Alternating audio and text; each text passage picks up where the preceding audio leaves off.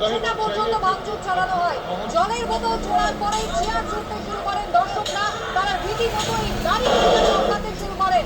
অ্যাথলেটিকদের যে এই গ্রাউন্ডটা রয়েছে সেইটার উপরে কিন্তু জলের বোতল এসে পড়ে।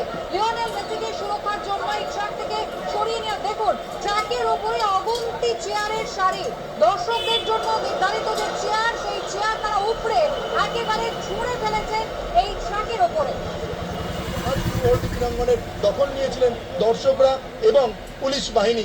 ফলে এই মেসির শোকে ঘিরে যে চরম বিশৃঙ্খলা এবং তাণ্ডব লীলা চলল এই যুবভারতী ক্রীড়াঙ্গনে, তাতে কলকাতা ফুটবলের মুখ পুড়ল, তাতে কোনো সন্দেহ নেই।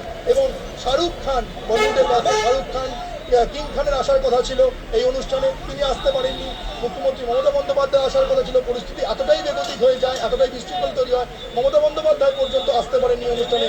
মাঝপথে অনুষ্ঠান বন্ধ করে দিতে হয়। এবং যুবভারতী ক্রীড়াঙ্গনে আরও একটা ছবি দেখাবো, ক্যামেরা পার্সন প্রীতম চক্রবর্তীকে বলবো যে এই যে যুবভারতী ক্রীড়াঙ্গনের যে এই যে ভিআইপি গ্যালারি, অর্থাৎ এখানে ভিআইপি টিকিট কেটে দর্শকরা বসেন, এই যে নীল কাপড়ে মোড়া যে চেয়ার, সেই চেয়ারের ছবিটা দেখতে পাওয়া যাচ্ছে। একেবারে লণ্ডভণ্ড অবস্থা, এখান থেকে চেয়ার ছুড়ে মাঠে ছোড়া হয়েছে এবং চেয়ার এখানে ভাঙচুর চালানো হয়েছে।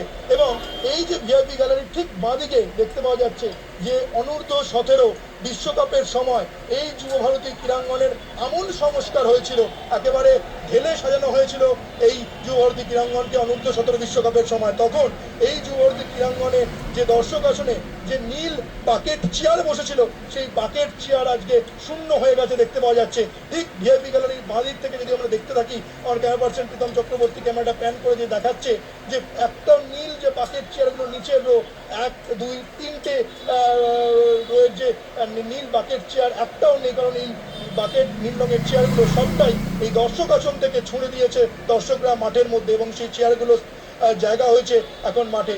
সব মিলিয়ে এই মেসির কনসার্টকে ঘিরে যুবভারতী ক্রীড়াঙ্গনে যে চরম বিশৃঙ্খলা তাণ্ডব লীলা তৈরি হলো, তাতে কলকাতা ফুটবলের এবং মুক্ত পুরলই। এবং যারা এখানে টিকিট কেটে যে সমস্ত দর্শকরা ম্যাচ দেখতে এসেছিলেন, তারা আয়োজকদের কাছ থেকে টাকা রিফান্ড পাওয়ার দাবি জানাচ্ছেন।